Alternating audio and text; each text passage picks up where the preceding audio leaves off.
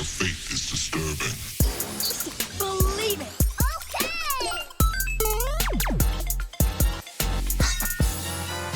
What's going on, Geeks? This is episode 419 of the Geeks Under Grace podcast. My name is Cody Armour. I'm here with Jonathan Nichols. What's up?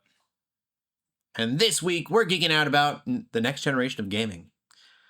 AI remakes and the other Underwater Nemo. Yeah, honestly, the original Underwater Nemo, technically.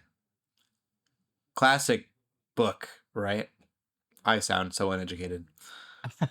Very classic book. I knew it from the cartoons from like the 50s. I think it was the 50s. So worse, I know Nemo from League of Extraordinary Gentlemen. You're right. I forgot Which is a really good movie. But they're all books. So that's why I assumed that it was a book, because they're all characters from books. If you haven't seen League of Extraordinary Gentlemen, please do. They have a Hulk. He looks terrible. It's like this big rubber suit. Yeah. And if you Jekyll and Mr. Hyde. And so Mr. Hyde is this big brutish thing. Or Jekyll? Would it be Jekyll? Which one's the monster? Hyde's the monster. Yes. Hyde's the monster. Dr. Jekyll, Mr. Hyde. Yeah. Really good movie. I want to watch that again now. I haven't thought about that in a long time.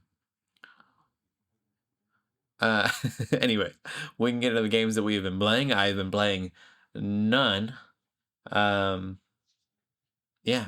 No, I'm having a lot of automobile trouble.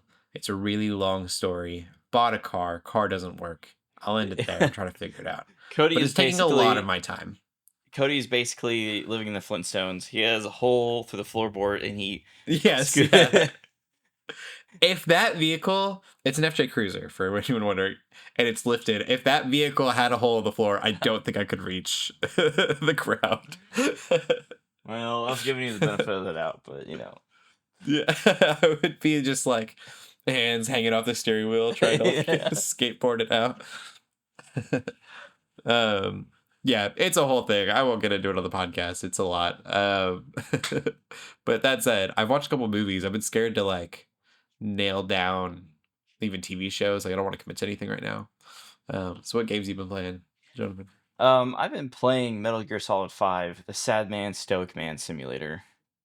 I love Metal Gear Solid, and I love Phantom Pain, but it's just basically Snake being a super sad, stoic mercenary contractor building out my mother base in the middle of the ocean with political commentary about nuclear weapons, and it's very Hideo Kojima. Yes, for sure. I've never played a Metal Gear game, but I heard one of them, you had to unplug the controller, plug it into another controller slot, and I was like, that's the coolest thing I've ever heard. I don't know if it's genius, but it's cool. They all do something like that. I believe it was Snake Eater. There's a boss with a sniper rifle, and he's like really hard. But if you pause the game, went and changed your time and set it to like a year in the future, and then unpause the game, he dies of old age. And that's how you beat the boss. That's amazing. So there's stuff like that in all of them. I think Metal Gear Solid 5 might be the easiest for some people to jump into. It's open world. So they're usually super linear and more story driven. And this one's more open world. You kind of can tackle objectives the way you want to. It was a little bit divisive when it came out because of that, but it's my favorite. Cool. Is that okay? I was looking at your notes trying to figure out if the Kpop competition was a game or not. But No. We'll get to that later. Got it. I want that video game. I'm just throwing that out there. We need just an era. We need a resurgence of the Guitar Heroes. Is what we need. Say that again. Sorry, I was reading the stream chat. I got distracted. No, you're good. It was like, we need a resurgence of Guitar Heroes. Give me Kpop competition. I'm down. Yeah. We can get into the gaming news then. John, I'll let you lead the way. Yeah, we got some Donkey Kong Bonanza updates. Yeah, I don't want this game, and I kind of do. I'm It a looks s- cool. it looks really good. I'm gonna be honest. The last Donkey Kong game I played was on the Nintendo 64. And it was So amazing. it was amazing. Was So it Donkey Kong 64? I think so. Okay, I was like, I'm gonna be honest. It wasn't mine. It was at my friend's house. So every time yellow I would go, cartridge. uh, Could play as 5 different Kongs. let me Started see. with a rap at the beginning of the game. I, DK. I'm trying to remember. It's been Donkey. so long. Yeah, it's it. Yeah. That's it. I love that game. Made by Rare. Yeah, really good game. This kind of has that feeling. This feels more like a Mario Odyssey to me than a DK64. Yes. But I would have also been really okay with a DK64 like 2. Most people didn't like that game, if I remember correctly, because there were too many collectibles. Yeah. Yeah, I've heard that too. Which I don't know. This reminds me of, is it Enslaved, Odyssey to the West. It kind of reminds me of that. Okay, I don't know what that is. That sounds nothing like a Donkey Kong game, though. It is a Xbox 360 era game, and it's awesome. Okay, You play as nice. a monkey man, kind of. It's kind of based off the Monkey King, and Wukong. kind of, yeah. But he's a little bit more like human, but Gotcha. he's got the staff, and then like one of the characters kind of like rides on your back, like this. Okay. Yeah, Oh, like Paulina, Paulina. Yeah. So who's it's a good game. 13 in this. Yeah. Which Nintendo confirmed. for some reason that was really weird to people online. I did see some stuff on Twitter. So I was like, okay.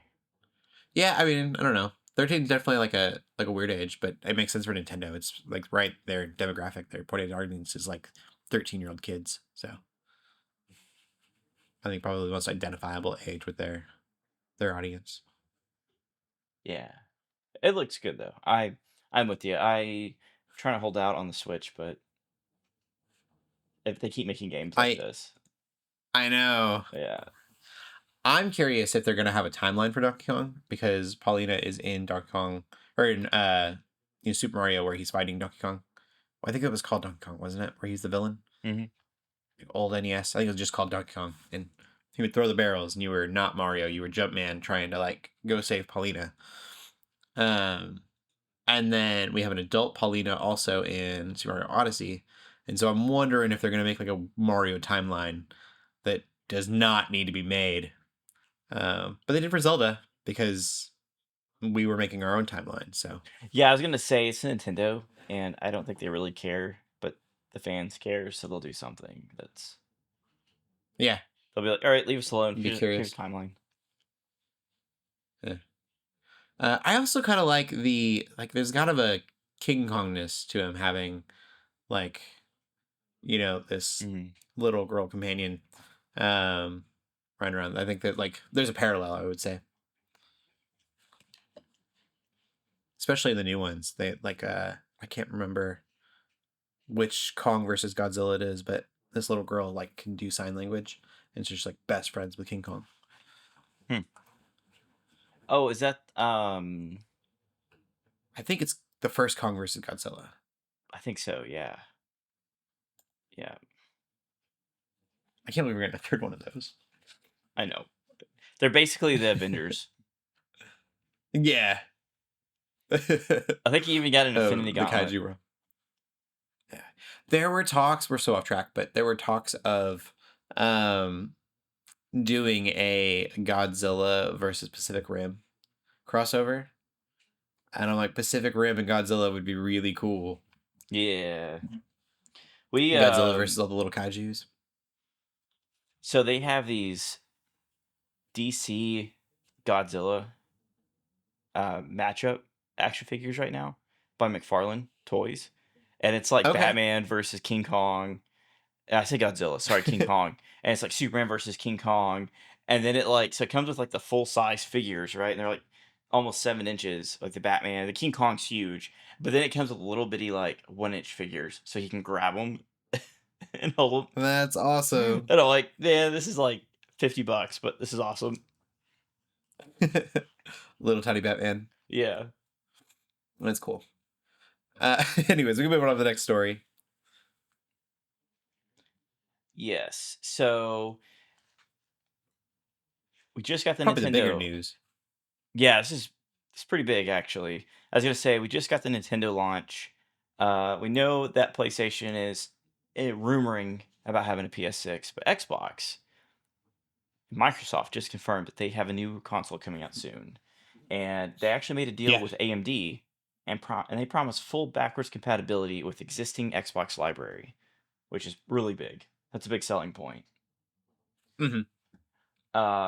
Actually, with that, there is something I read, and it's not in this article. I think Game Informer had it, but they were saying that they want to go all the way back to the original Xbox and have that entire library be backwards compatible, which has not been Okay. done before. There were select titles. Yeah. I feel like there's certain licensing that would be in the way of completely doing that, but if they could get most of them, that would be cool. But, of course, they have their marketing buzzwords: next level performance, cutting edge graphics, breakthrough gameplay, and unmatched compatibility. So, Yeah. Have you seen it was like Super Nintendo to N64 and it's like graphic changes back in our day and then now and it's, the Switch to the Switch 2 or PS4 to the PS5 and like graphically they really haven't changed that much. Um yeah. like how much farther do you need to go with an Xbox 2X? So, yeah, that's my thing. I feel like we're at a point where we're going to see less hyper realistic games and more stylized again. Mhm. Because I think we've kind of hit a point of diminishing returns where it's like the like Unreal Engine is so good. Like, how much further can you push it? Yeah. So, Or you can put more polygons, I guess, in, but like at this point, it's like, all right, well, it yeah. doesn't really, you can't really tell at that. Um, I like what you were saying too before the podcast about like it probably be getting really modular, and so these Hmm. consoles you'd be able to upgrade instead of um, you could like put a new graphics card in, and it'll just be like a plug and play like block that you'll take out of the Xbox Yep. and put a new one in. I can totally see that. I see that, or more worrisome is that you just get a new console every year, Hmm. which I think I've read before wouldn't be financially. They don't make a lot of money on the consoles, or they weren't for a long time. I don't know if they are now. And so it was the games that they would sell afterwards that they really get their money on. Um, but if they have found a way to make money off these consoles, then you can get this yearly or twice, like every other year release of a console, almost like a phone, and like constantly be having to upgrade to try to keep up. Hmm. That way they can keep that compatibility going. Yeah, and that's the thing. I don't know. I could see them, if they do the modular route, they could totally make like so much money off of the internal parts, accessories. They Hmm. started enabling mouse and keyboard for a lot of functions now, so it's like it's already there. They just need to kind of cross over and let you do some Yeah. upgrades. And we see them teasing with Steam. They can play Steam. And so if you have Hmm. an Xbox that's just this modular upgradable PC, it plays Steam just like a PC does. It could really compete with PC gaming. And then the PCs themselves kind of become like the PC Master Race becomes kind of obsolete. Like, because you can play anything you want anyways. That was the whole thing with PC was you can play anything on a PC and you can mod it out yourself and get it in the Hmm. highest graphics. But at a certain point, you're like, well, the graphics don't really matter that much anymore because the consoles have gotten so good. Yeah, I think if they um at least hit 60 frames per second minimum on baseline on games, people would be happy. Hmm. Yeah. And then at that point, yeah, like if they do that route where it's basically a light PC, I think that would really hit the market for people who PC gaming might be too intimidating for them because there's too many components, and then you have to Yeah. troubleshoot all of it yourself. And so, What like, if it yeah, breaks something? yeah, it's like it's modular, like it's just plug and play blocks, like basically Legos on the Hmm. inside. Can't really mess it up, like there's ways to do that. There's definitely components that kind of start crossing that line. I mean, especially now with like the AM5 generation, uh, I believe it's Intel doesn't have pins on the back of the CPU. So when like you're installing the CPU, you don't have to bin pins. And so Oh like well. that like it removes that risk. Like there's a lot of stuff you can start getting into that's like okay, like we're getting to the point now where we can make that a reality and Hmm. Yeah, I mean, you put Nexus mods on this new Xbox, and you've got everything you need. exactly. And yeah, because for those who don't know about the modding community, like you can mod games a lot of different ways, and you can get really back in the files. Nexus Mods is a software that literally kind of does the work for you. It's not compatible with all games, but that would be perfect. Is an app that you get on your console that allows you to mod things straight from a modding library. It wouldn't give you the full control that PC does, but it would scratch the itch enough for people to feel really good about getting it Yeah. on a PC Lite. I think we're getting close. It would be enough for me to not care about my PC anymore. Yeah. I'm like, well, I'll just get an Xbox. If I can mod like easy like Skyrim through Nexus mods on a PC or on an Xbox, which you kind of can. I was modding on PlayStation, and I couldn't get all the mods on PlayStation, but it was enough for it to be fun. I was kind of like it scratched that itch for me. So yeah, I'm Yeah. curious. The next 5-7 years of consoles could get weird. I'm excited. Yeah, I for sure. I skipped this Xbox because everything I wanted came to PC and there was nothing I Mhm. was missing out on. And I didn't have to pay for Xbox Live. I do have Game Yeah. Pass now, but like yeah, so I was saving money, mainly playing on Steam, but I want a new console. I like opening up a console box and pulling it out. And it's like Yeah. Christmas every time, but Good feeling for yeah, sure. That's cool. Well, we'll get into movies then. I've seen a couple movies. Have you? I have not, unfortunately. No. Okay. No. Yeah, I watched a couple different things. They were both just on TV, on my streaming service. The first one is Ford versus Ferrari. Again, I'm having vehicle troubles, and I just wanted to look at a car show. So we watched Ford versus Ferrari, which is about um Ford winning the Le Mans. Um, I'm trying to think of what year that is. When the Le Mans. 1966. That is Um, a with superb their film. Yeah, it's really good. It is really good. They used a Ford GT40. I didn't know that they were trying to buy Ferrari. Ford Ferrari sounds terrible. Or Ferrari Ford was the racing department. Yeah. Yeah, it sounds so bad. But I guess like it was a good movie. I would keep in mind that the story doesn't go down the way that it actually did. They definitely took some liberties. I guess especially with the ending. I was reading a little bit about that, and I was like, oh, okay, this is not like how the movie portrayed it, but Hmm. it's um, Christian Bale and mm, Matt Damon, right? Yeah. Yeah, Matt Damon. Yeah, John Berthal. Um, who is so funny. I really like John Berthal, but I've seen him so much as the Punisher now. Like he would make certain faces, and I was like, "That's the Punisher face." Uh-oh. He's about to grab a shotgun. Yeah. But no, really good movie. Had me at the edge of my seat many times. Um, there's a bunch of other racing movies that we want to watch. It's just one of those things where like we don't watch a lot of racing movies in theaters. But Formula One I've heard is really good, and then I would want to watch Gran Turismo as well. So they're on the list for sure. I also thought that Christian Bale was Shelby.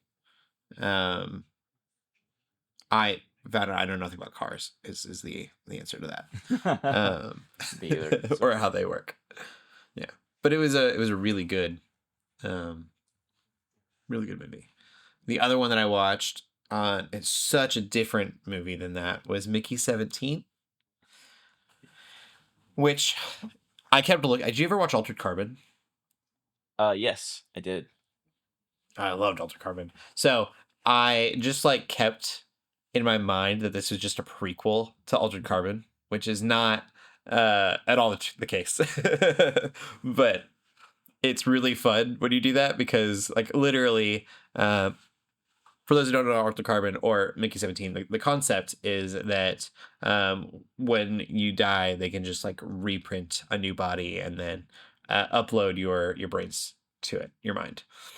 And so in Altered Carbon, they can literally like they'll make you a body and it doesn't have to be your body. In Mickey 17, they're using like it has to be your body.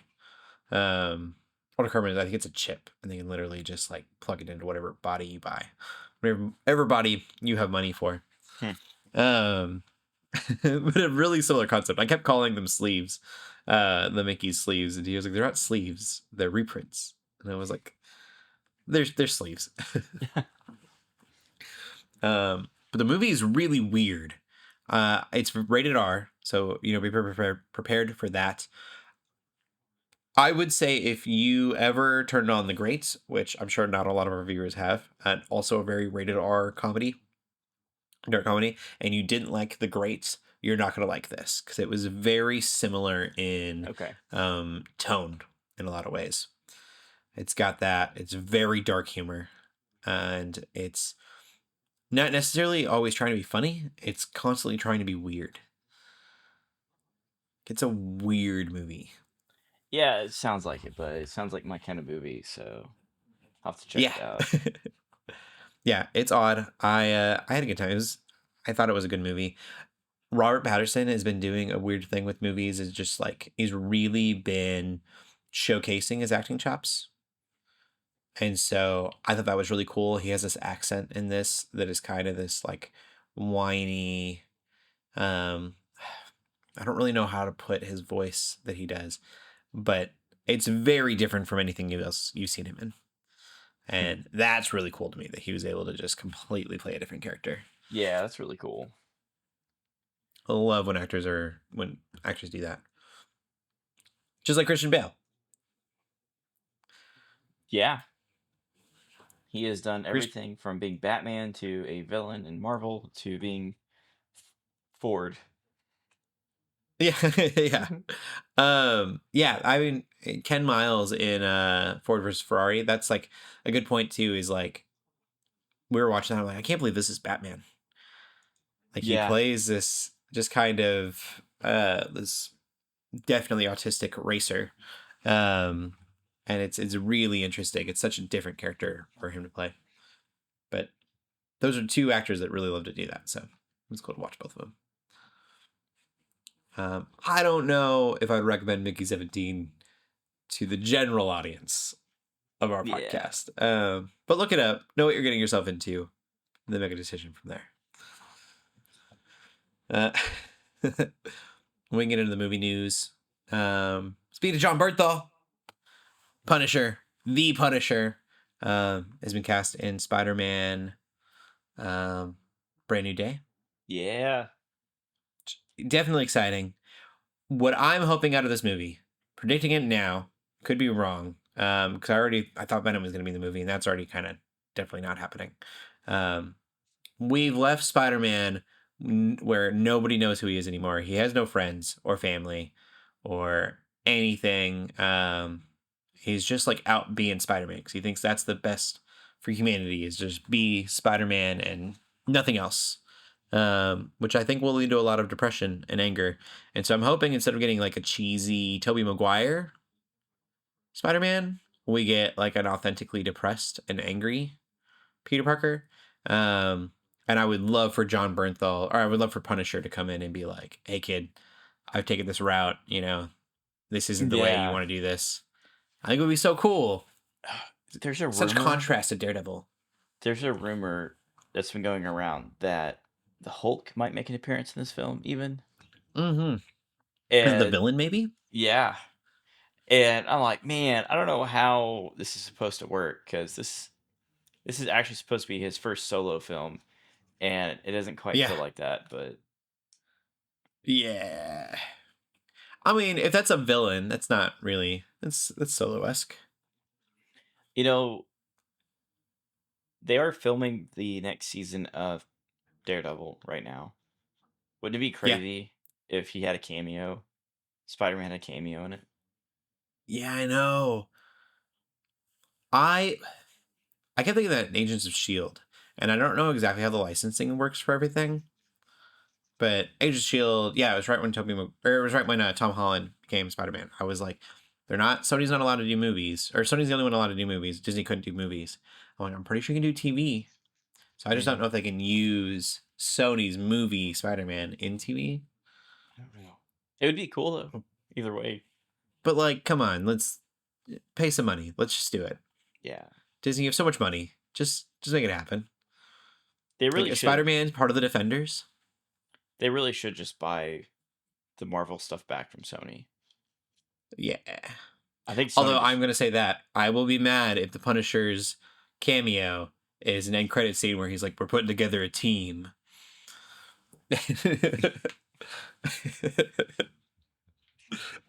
And he's just the Nick Fury of. Yeah. I don't know. I'm excited. I don't know what they're gonna do with it, but either way, it'll be a good time. Yeah. No, I'm with you. I think it should be more than a cameo. I think it should really like become part of the Defenders. Mm-hmm. I think that would be really, really cool. And you can lead it up to it. It doesn't have to be for the whole thing, but for an episode. Like, I know this kid. He's been swinging around New York the entire time they've been talking about defending the city. I just feel like Wilson Fisk is such a big threat that which I still haven't finished the new season, so Mhm. we're not quite there yet. We're still working our way through the first season because life's been busy. But Mhm. it's like I just feel like he's a big enough threat where Spider-Man would be like, "Hey, something's going on here. We should look into this." Yeah. So it feels I'm really weird. curious where Spider-Man will be at the beginning of a brand new day. Yeah. I know everyone, like, they kept talking about bringing back from the multiverse stuff. I think making him a street level hero would be a really cool way to do it. I really want them to give him like a physical costume again and not CG the costume. Yeah. Because they Me too. always do touch-ups on it. And it's like, I really want him to go back to like, like it gets wrinkles in it and like, like it just needs to feel tangible. And because he's like making it himself. Like it's not Stark tech. So Right. they could do some cool stuff. The But outfit that he leaves in, not to give too many spoilers for No Way Home, but like, I think that was CGI still, but it looked kind of homemade. yeah, I think that's what they were implying. Like it's super homemade. So That would be really cool. We'll see. But yeah, no, exciting stuff. We also have, unrelated to the Avengers, a trailer for the Toxic Avenger, which has nothing to do with Marvel. It's an old movie. When was the original 80? Toxic Avenger? 1984. Yeah. Peter Dinklage plays Toxic Avenger. He's a dad, seems to be struggling, falls in a vat of chemicals, becomes the Toxic Avenger, who's a hero with a mop, and the mop kills people. Also looks very like rated R. Hardcore rated R. Yeah. It's got that weird, the great comediness to it, I feel like, too. Yeah. Like, literally in the trailer, they use a curse word, but they're like, just show up. And I'm like, that doesn't make me think that I should show up to this movie. I don't know. Yeah. It's like he's got like a radioactive mop. Yeah. Like that's part of the plot point. Is like he dips it. It's like a batch of chemicals and like crystallizes it or something. But it's like radioactive. It's ridiculous. Yeah. So I was gonna say I think this was a comic before a movie. Oh, okay. It seems silly. I'm not knocking it necessarily. Let's see. It's just, yeah. It's a thing that exists. You can watch the trailer. There's a Red Band trailer, and I'm sure there's a not Red Band trailer if you look for it. We can move on. I don't really have much more to add on that. It's just a Yeah. thing, and I know it's really important to a lot of people. Really big to me. Not necessarily in a good way, not necessarily in a bad way. Chinese studios planning AI remakes of the classic kung fu films of Bruce Lee, Jackie Chan, and Jet Li. And at first I was thinking this was like AI touch-ups of like kind of like an up-res thing, like you were saying. Mm. But then they say it's the Kung Fu Heritage Project 100 Classics AI Revitalization Project. Where's the information on it? China Film Foundation Zhang Pimum addressed the work at the announcement and said using AI on these aesthetic historical treasures would transform their look in a way that conforms to contemporary film viewing. It's not only film heritage, but also a brave exploration of the innovative development of film art. What does that even mean? Yeah. I think that these will be fully... We've seen like TikTok AI animation. I can make them... We've been talking about Gemini off of the podcast, but Gemini can literally make 3-second videos. I had a stormtrooper walking through a cornfield. Don't remember why that was what I chose, but it looked like a stormtrooper walking through a cornfield pretty realistically. I need to show you some of the stuff I've made in VO3 recently. Oh, yeah, that's the big one. That's the one that Yeah. everyone's been using for like TikTok and stuff. Yeah. And so that's something that we have as kind of as a consumer. A film company in China is probably, and they've got really strong AI in China as well. I'm assuming it's going to be that. It'll be a completely ground up remake of these films using AI technologies. And I don't know if I love that because, like, you're pulling from other sources of things that were already made. And then it's like, are they paying royalties to these actors? Yeah. Like, you're doing a Jackie Chan movie. Is Jackie Chan going to get money for this AI thing that you created that he's in? Yeah, so this is interesting. It says the studios also plan to rework John Woo's 1986 film A Better Tomorrow with a cyberpunk edge. So they're not just restoring, they're actually going to go in and redo films. Like take the film and then basically the plot and everything's the same and then put a new coat of paint over it. So they're going to turn it Yeah. cyberpunk. Yeah, it's odd. So, like, it'll literally be the script into an AI prompt and they go, but make it cyberpunk. Yeah. Yeah, that's crazy. I don't know. I don't love it. I love AI and the idea of touching up stuff.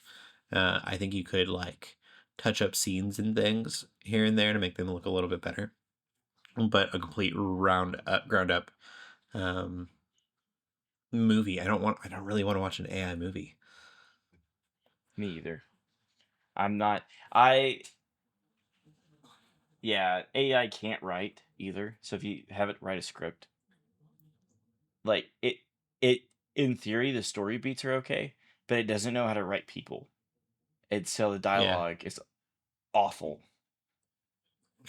Like it's grammatically correct, but it's not how people speak. So Yeah, no, that makes sense. it sounds super robotic. I've talked about this before. I just think it's so weird that we're like, oh yeah, computers in the future will do our jobs for us so we can create art and like live happily. And capitalist, this is even capitalist society is just like the money at the top. That's what the word is. I won't even say capitalist. Are just like, no, we're gonna keep you guys working, but we'll make some more entertainment for you cheaper than it was, so that you guys can continue to work. Yeah. Like I wanted AI and computers to do my work so I could do art, but now it just does it does the art so I have to still do dishes and go to work. Yeah, no, it's awful. Switch me jobs. Like, Yeah. it's unfortunate. And unfortunately, probably the future, if not for us, then for the generations after us. Yeah, exactly. It's a bummer. But that's our movie news. You know, super happy, light, fun. AI's taking over the world. For now. We go onto TV. What TV shows have you been watching? Um, um, so I haven't had a lot of time to watch TV, but my wife has been obsessed with this K-pop competition show, and so when Okay. we're like eating dinner and stuff, we've been watching it together. But it's called Kingdom, and it's like all these big bands compete, and like I don't really understand what's happening, but from my understanding, it's not like individual bands that are competing. It's like they mix up the band members from different bands. So they're all different. So it might be like this one band is mixed up with this band and they have to do like music videos, come up with original music. They do like shows and they like get judged on the shows. It's like Okay. everything's live. There's no mixing. And then this poor guy, I don't know his name or the band, but he was trying to hit this high note and his voice cracked. And so they lost, had to leave the show, and I have no idea what's going on. I'm jumping in randomly while she's watching it, but that's been my week. That's what I've been watching. Okay. Nice. That's fun. We'll get into TV news then. We got a couple things real quick. Nautilus, which is a Nemo TV show, has got a trailer. It's on AMC, which AMC's got good stuff. I don't know. I get a little worried hearing AMC. Yeah, But it does look really good. Nemo is in his submarine, it looks like, in this, and things are crazy. It's just like, it's not even a trailer, it's kind of a clip, an official clip, I think is what it is. But I'm for it. I don't know if I'll actually watch this show or not. I want more pirate stuff, and this is like not really piratey, but he's got a ship handle like a pirate ship, and I was like, I'm sold. I see Finding Nemo. Yeah, I mean, he's not finding Nemo. He is Nemo. Yeah, it was a bad joke. I think sorry. he's finding his birthright or something. I knew it would be funny when I said it, but I had to say it anyway.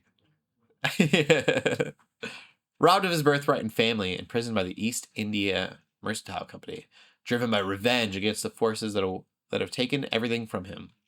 Oh, Basically this same show. Basically, Finding Nemo. yeah. But the guy with the beard that's gray, he's gonna be Dory. Robbed of his family. Nemo was robbed of his dad. Yeah. Robbed of his birthright, which was the reef.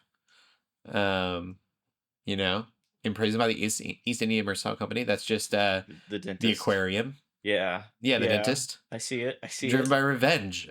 There's not a whole lot of revenge in Nemo, but That's the rated R cut. yeah. Hey Disney. It would have been really funny if they were even even more closely tied. Never really thought about it because Lion King was just Hamlet. Yeah. And it would have been awesome if Finding Nemo was just the story of Nemo. Yeah. I was gonna say Disney is gonna sue him, but I think they own ABC. So. Oh, there you go. AMC. Oh, it was AMC. Never mind. I think it's AMC. AMC. Oh. No, okay. AMC. Yeah, so AMC. way better. AMC is way better. Yeah. Yeah. Yeah, this will be at least good cable television. It's just still cable television. By the same company channel that did The Walking Dead for 300 seasons. Yeah. Because you need Nemo for 300 seasons. And then 8 spinoffs. But they can actually Oh my goodness. I tell you what, AMC, you want my money. You do how many seasons you want of this show. As long as you give me a League of Extraordinary Gentlemen, like make all of the other ones, give them all shows, they all come together for an Avengers fight, League of Extraordinary Gentlemen, you have my money. That'd be awesome. and someone has to say coral, coral, at least once. To say it. Sorry, another bad joke. Sure. Another bad joke. I would watch an Invisible Man AMC show. I would watch this. I would watch a Jekyll and Mr. Hyde AMC show for sure. That could be really cool. And then I don't really remember the other ones. I know the Sean Connery's a hunter. I don't know if I would really care about that much. Mhm. Is it him and like Tom Sawyer? I don't need a Huckleberry Finn. Tom Sawyer I don't know. AMC show. It's been a long time since I've watched the movie.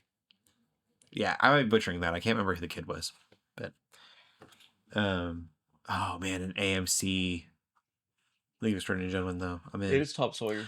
It is. Mm-hmm. Look at me go! I know the movie so well. I want to watch that like right now. Such a good movie. Alan Quaitman. I don't know. That's Sean Connery's character. I don't know. I want to move on to our last story.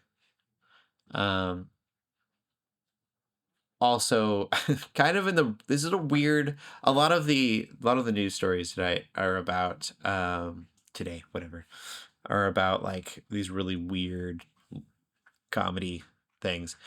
Duke Nukem, the rights have been acquired by the Devil May Cry showrunner, which is Adi Shankar, who did the Dark and Gritty Power Rangers thing on YouTube that went viral. He also did Devil May Cry and Castlevania. If you know anything about Duke Nukem, just rated R crude humor as well. And the only person I think could really pull that off is Adi Shankar. I don't know who else would do that well. Apparently he was in Dread. Who was? Adi Shankar. Oh, he was in Dread? Apparently. No. I can see him doing Dread. That makes sense. That seems up his alley. The Power Rangers, the gritty Power Rangers felt like that.